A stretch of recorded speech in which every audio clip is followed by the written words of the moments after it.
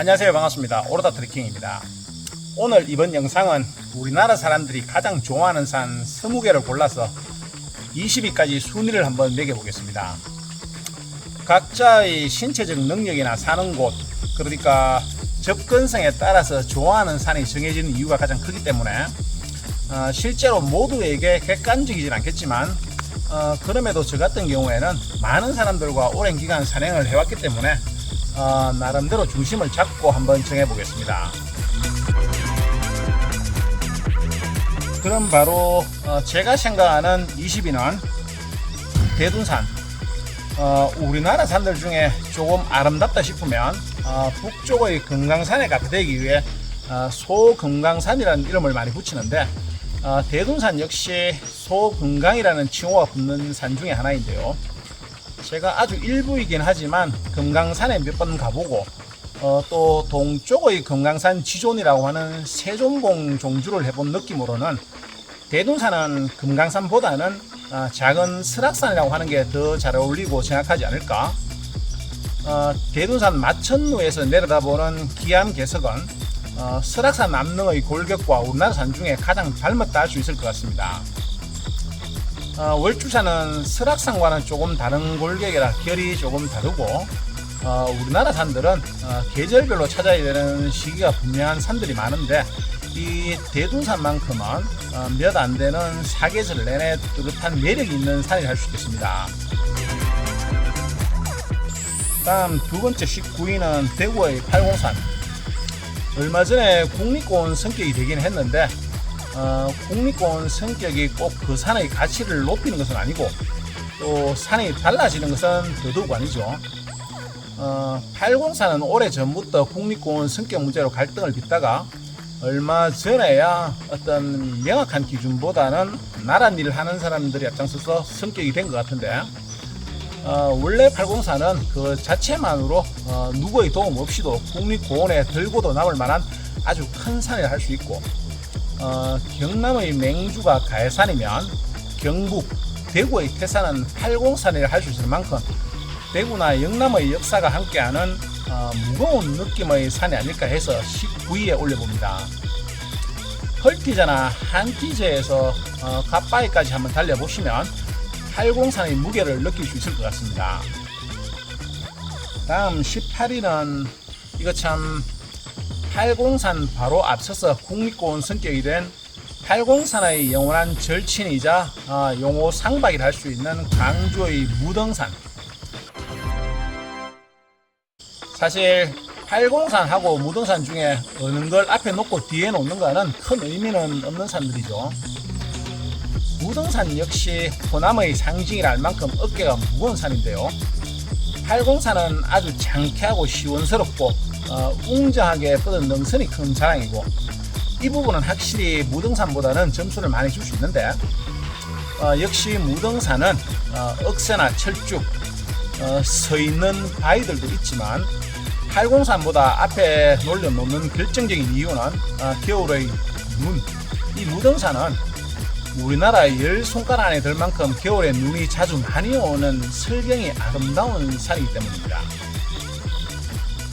팔공산은 봄, 가을에 여유 있는 시간을 가지고 능선을 타보면 제대로고 무등산은 역시 겨울, 눈 올 때 꼭 한번 가보시기 바랍니다. 다음 17번째는 우리나라에서 기가 가장 세다고 하는 계룡산. 그러고 보니까 제가 계룡산 영상을 안 찍었는데요. 제가 계룡산 아주 멋진 코스를 하나 알고 있는데 기회를 한번 보도록 하겠습니다. 계룡산도 능선 한 바퀴 다 타보면 굉장한 느낌이 있고 산이 좀 묵직한 느낌. 이름도 산이 용을 닮았다 해서 계룡산이고 또 우리나라 산에서 풍수적으로 산을 논할 때 빠지지 않고 가장 위에 있는 산으로 볼 수 있습니다. 계룡산이 품고 있는 동학사 봄의 벚꽃과 가을의 추갑산은 계절의 반대편에서 전혀 다른 모습의 산을 보여주고 있습니다. 제가 추천하는 코스는 박정자 삼거리에서 장군봉을 시작으로 산불봉과 자연성릉을 타고 계절에 따라서 동학사나 갑사로 내려가는 코스. 다음 16위는 치악산.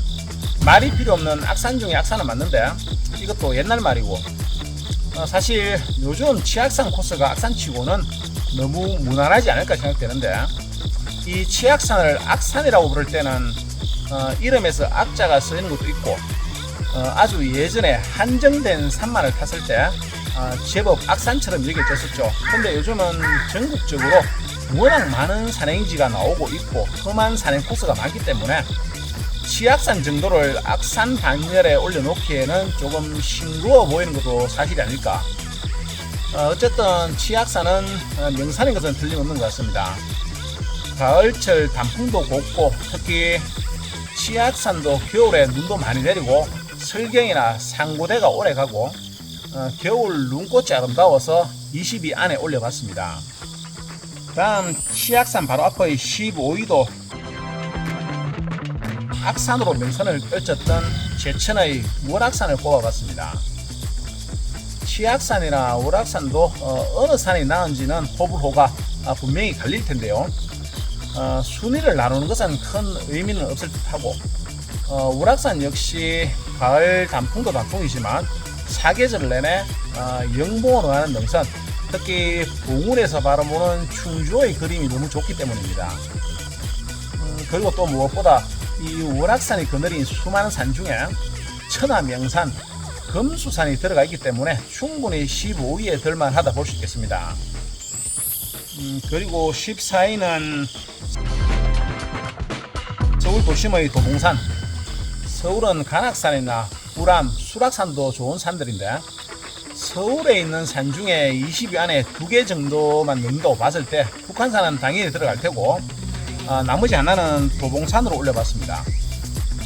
실제로 북한산만큼은 아니지만 이 도봉산도 북한산 못지않게 서울 도시민들에게 한결같은 사랑을 받는 산이고 또 그럴만한 위용을 갖추고 있다고 볼 수 있습니다.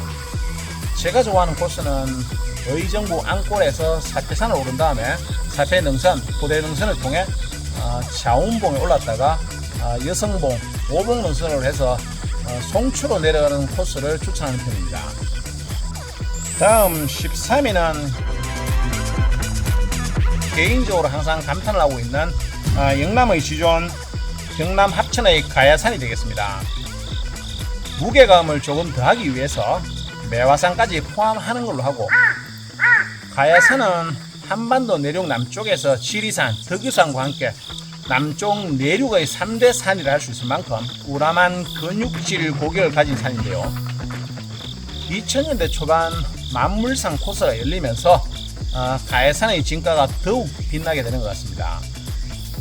성주 백운동에서 만무산 코스를 거쳐서 가야산에 오른 다음에 하산은 해인사로 잡는 게 진정한 코스가 되겠고, 봄, 가을, 겨울에 각각 한 차례씩 올라보시면 가야산의 매력을 제대로 느끼지 않을까 생각됩니다.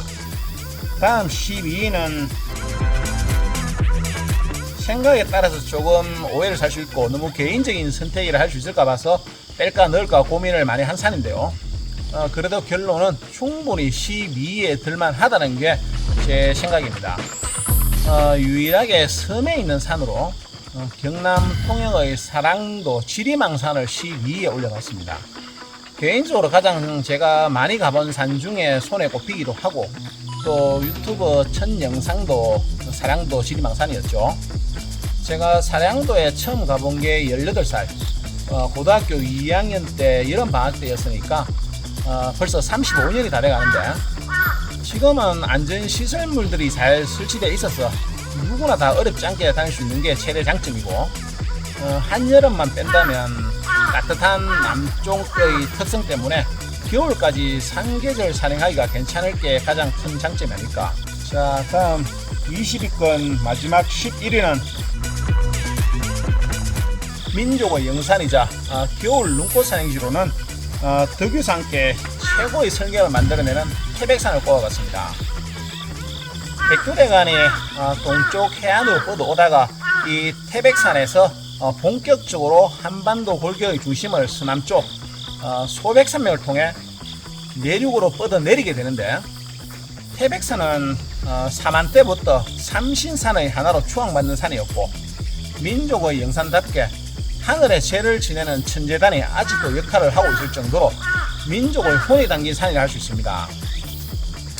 저도 겨울 태백산 영상을 보여드렸는데 겨울 태백산이야 제가 여기서 따로 두말할 필요는 없을 테고 5월 말에서 6월 초에 태백산을 한번 가보시면 아주 멋진 철쭉이 고사목게 어우러져 피어있는 모습을 볼 수 있겠습니다.